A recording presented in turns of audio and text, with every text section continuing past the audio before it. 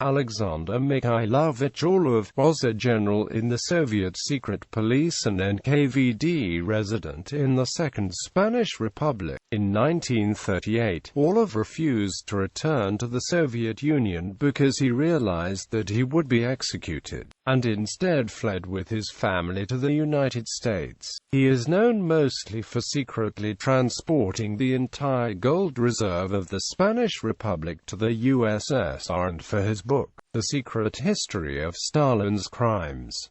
Early life. He was born Lev Lazarevich Feldbin in the Belarusian town of Babroisk on August 21, 1895, to an Orthodox Jewish family. He attended the Lazarevsky Institute in Moscow but left it after 2 semesters to enroll at Moscow University to study law. His study, however, was cut short when he was drafted into the Imperial Russian Army. When the Russian Civil War erupted in 1918, Orlov joined the Red Army and became a GRU officer assigned to the region around Kiev, Ukraine. Orlov personally led and directed sabotage missions into territory controlled by the anti-communist White Movement. He later served with the OGPU border guards in Archangels. In 1921, he retired from the Red Army and returned to Moscow to resume his study of law at the law school at Moscow University. Orlov worked for several years at the Bolshevik High Tribunal under the tutelage of Nikolai Krylenko. In May 1924, his cousin Zinovy Katznelson, who was chief of the OGPU Economic Department, invited Lev Nikolsky to join the Soviet secret police as an officer of Financial Section 6, Chekist. When his cousin was moved to supervise the Transcaucasian border troops of the OGPU, he offered to Nikolsky and his wife the opportunity to move to Tiflis as chief of the border guard unit there, which he accepted. There, their daughter contracted a rheumatic fever infection, and Orlov asked his friend and former colleague, Artur Artuzov, to give him an assignment abroad so that Orlov could have European doctors treat his daughter. Posted in Paris and Berlin. Therefore, in 1926, he was transferred to the Inostrany Odel, the branch of the OGPU responsible for overseas intelligence operations. Now headed by Artuzov, he was sent to Paris under a legal cover of a Soviet trade delegation official. After 1 year in France, Nikolsky, who operated on a fraudulent Soviet passport in the name of Elia Kuto N. Nikolaev, was transferred to a similar position to Berlin. He returned to Moscow in late 1930. Posted to U.S. 2 years later, he was sent to the United States to establish relations with his relatives there and to obtain a genuine American passport that would allow free travel in Europe. Leon L. Nikolaev arrived in the U.S. aboard the SS Europa on the 22nd of September 1932 and sailed from Bremen. After being identified as a spy by the U.S. Office of Naval Intelligence, Orlov obtained a passport in the name of William Golden and departed on the 30th of November 1932 on the SS Bremen back to Weimar, Germany. Posted to Austria and Czechoslovakia. In Moscow, he successfully again asked for a foreign assignment, as he wanted his sick daughter to be treated by Dr. Karl Norden in Vienna. Together with his wife and daughter, he arrived in the capital, Vienna, in May 1933 and settled in Hinterbrühl, only 30 kilometers away from the capital. After 3 months, he went to Prague, changed his Soviet passport for the American one, and left for Geneva. Nikolsky's group, which operated against the French Dexumy Bureau, included Alexander Korotkov, a young illegal resident, Korotkov's wife, Maria, and Akuria, Arnold Finkelberg. Their operation, codenamed Express, was unsuccessful, and in May 1934, he joined his family in Vienna and was ordered to go to Copenhagen to serve as assistant to residents Theodor Maly and Ignaz Reef. Posted to United Kingdom in June 1935 under William Golden, he himself became a resident in London. His cover in London, as Golden, was as a director of an American refrigerator company. He had nothing to do with the recruitment of Kim Philby or any other member of the Cambridge Five and deserted his post in October 1935. Coming back to Moscow, here he was dismissed from the Foreign Service and put into a lowly position of Deputy Chief of the Transport Department of the NKVD, the successor secret service organization of the OGPU.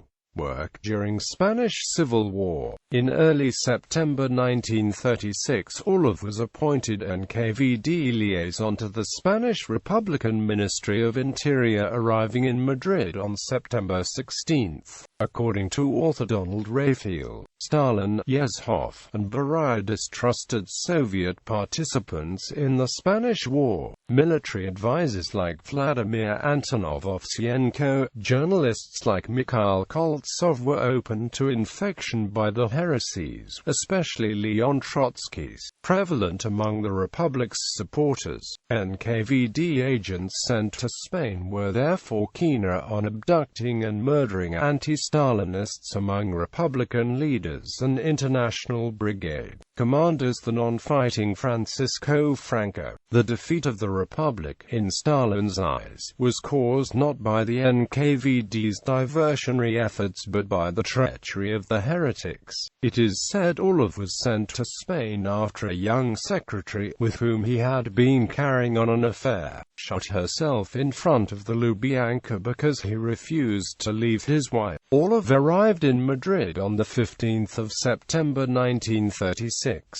Orlov organized guerrilla warfare behind nationalist lines, as he had in Ukraine during the Russian Civil War, but the work was later credited to his deputy, Grigory Seroishkin, to avoid mention of the defected general. In October 1936, Orlov was placed in command of the operation which moved the Spanish gold reserves from Madrid to Moscow. The Republican government had agreed to use this hoard of bullion as an advance payment for Soviet military supplies. Orlov undertook the logistics of this transfer. It took 4 nights for truck convoys, driven by Soviet tankmen, to bring the 510 tons of gold from its hiding place in the mountains to the port of Cartagena. There, under threat of German bombing raids, it was loaded on 4 different Russian steamers bound for Odessa. The gold was conveyed to Moscow by special armored train. Once it was safely locked away, Stalin threw party and remarked, "The Spaniards will never see the gold again, just as one cannot see one's own ears." For his service, Orlov received the Order of Lenin. However, Orlov's main task in Spain remained arresting and executing Trotskyites, anarchists, Roman Catholic supporters of Franco's nationalists, and other suspected foes of the Spanish Republic. Documents released from the NKVD archives detail a number of Orlov's crimes in Spain. He was responsible for orchestrating the arrest and summary execution of members of the Workers' Party of Marxist Unification. He also directed the kidnapping and killing of the POUM leader Andrei Unin. Defection. Meanwhile, the Great Purge continued as Joseph Stalin and his inner circle sought to exterminate all suspected enemies of the people. Orlov was alerted as close associates and friends were arrested, tortured and shot one by one. In 1938, Orlov realized that he would soon be next. When he received orders from Moscow to report to a Soviet ship in Antwerp, Orlov was certain that he was about to be arrested. Instead of obeying, Orlov fled with his wife and daughter to Canada, following his refusal to return to the Soviet Union when invited. In 1969, the KGB made efforts to discredit Orlov. He was accused of stealing $60,000 in operational funds from the embassy safe before fleeing Spain and of taking part in the assassination of Rudolf Clement, a former secretary of Leon Trotsky, in Paris on 13 July 1938, the day that he left Paris for Quebec. The accusations, like so many other revelations from KGB files during and after the Cold War regarding General Orlov and other defectors, were full of easily spotted errors. Before leaving Paris, Orlov left 2 letters from the Soviet ambassador, one for Stalin and one for NKVD chief He.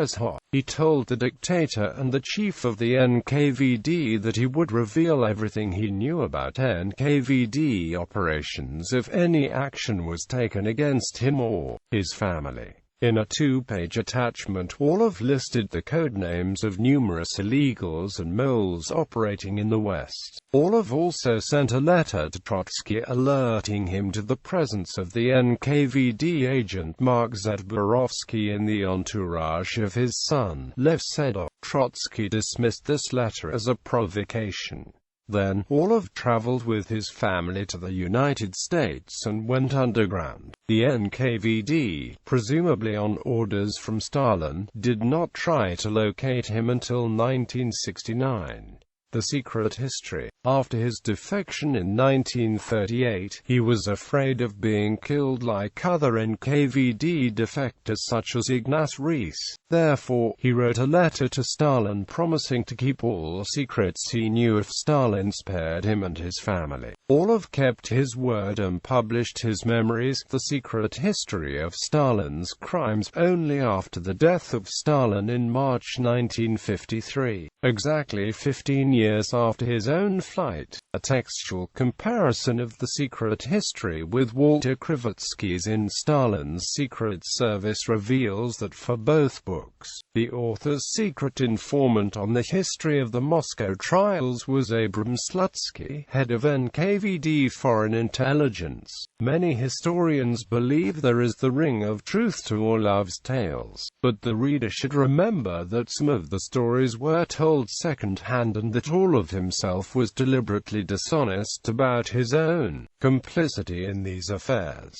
After The Secret History. After the publication of The Secret History, Orlov was forced to come in from the cold. Both the U.S. Central Intelligence Agency and Federal Bureau of Investigation were embarrassed by the revelation that a high-ranking NKVD officer had been living underground in the United States for 15 years without the knowledge. Orlov was interrogated by the FBI and twice appeared before Senate subcommittees, but he always downplayed his role in events and continued to conceal the names of Soviet agents in the West. In 1956, he wrote an article for Life magazine, The Sensational Secret Behind the Damnation of Stalin. This story held that NKVD agents had discovered papers in the Tsarist archives which proved Stalin had once been an Okhrana agent, and on the basis of this knowledge, the NKVD agents had planned a coup d'état with the leaders of the Red Army. Stalin, Orlov continued, uncovered the plot, and this was his motive behind the secret trial and execution of Soviet Marshal Mikhail Tukhachevsky and the purge of the Red Army.